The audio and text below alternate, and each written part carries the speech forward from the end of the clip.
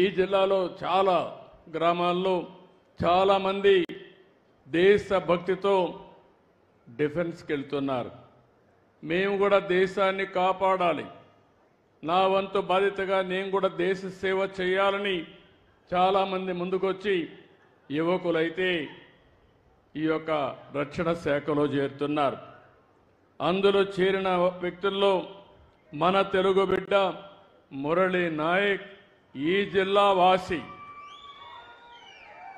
ఆ మురళీ నాయక్ ప్రాణాలు కోల్పోవడం చాలా బాధేస్తుంది.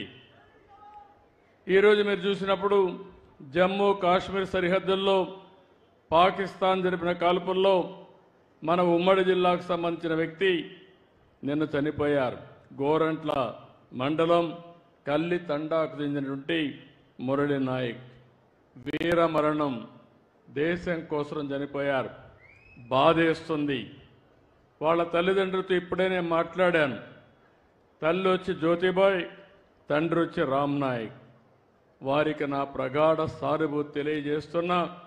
ఈ రాష్ట్రం, ప్రభుత్వం, సమాజం మీకు అండగా ఉంటామని ఈ సభా సమావేశంలో హామీ ఇస్తున్నానని చెప్పి కూడా నేను మీకు తెలియజేసుకుంటున్నాను.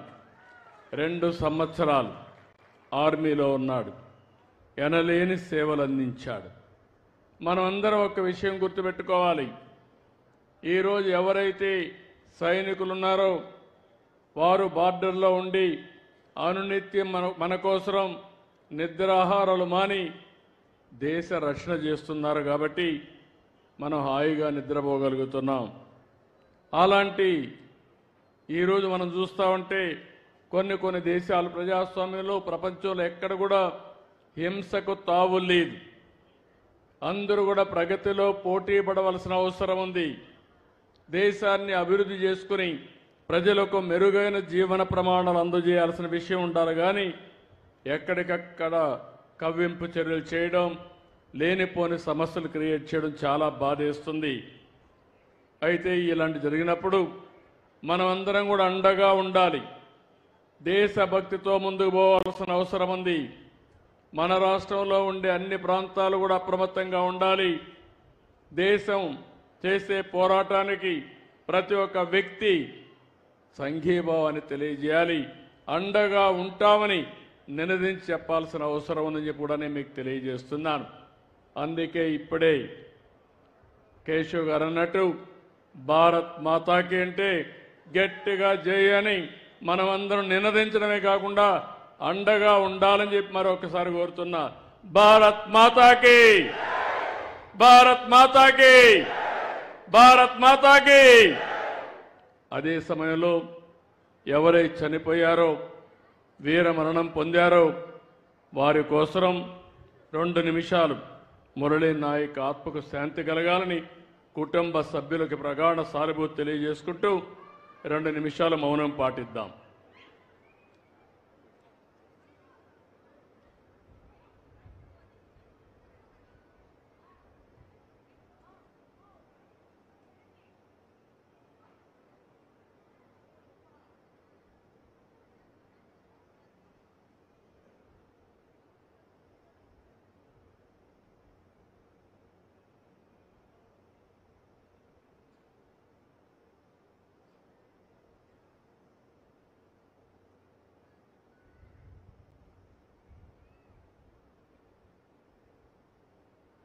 ఓకే,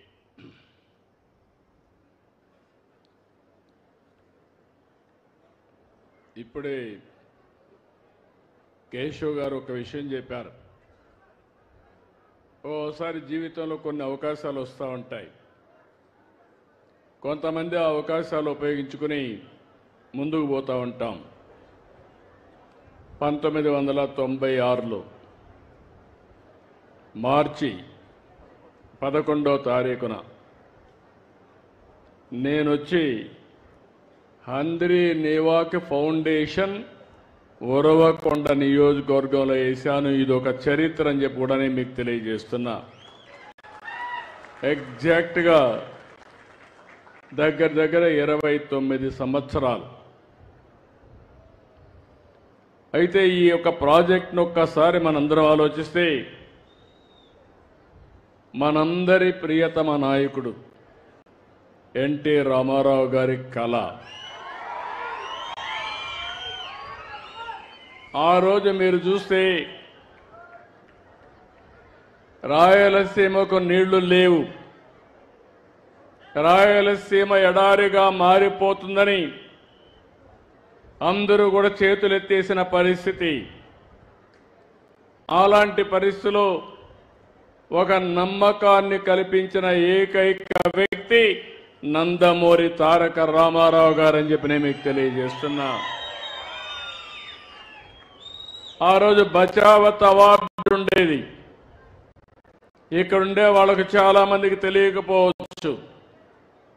కృష్ణా జలాలు ఆ బచావత్ అవార్డు ప్రకారం నేరుగా అలొకేషన్ ఎక్కడుంటే అక్కడే ఇచ్చేవాళ్ళు. ఆ రోజు ఎన్టీ రామారావు గారు క్షుణ్ణంగా పరిశీలించి మిగులు జలాలు వాడుకునే శక్తి అవకాశం ఆంధ్రప్రదేశ్కు ఉందని నిర్ణయించి అందులో భాగంగానే అంద్రి నీవా, నగిరి గాలేరు, తెలుగు గంగా ఇలాంటి ప్రాజెక్టులు తీసుకొచ్చి రాయలసీమ దశ దిశ మార్చడానికి రూపకల్పన చేసిన ఏకైక నాయకుడు నందమూరి తారక రామారావు గారు. ఆ తర్వాత నేను ముఖ్యమంత్రి అయిన తర్వాత నేను ఆలోచించాను. నేను చాలా విషయాలు ఈ జిల్లాలో చూశాను. 40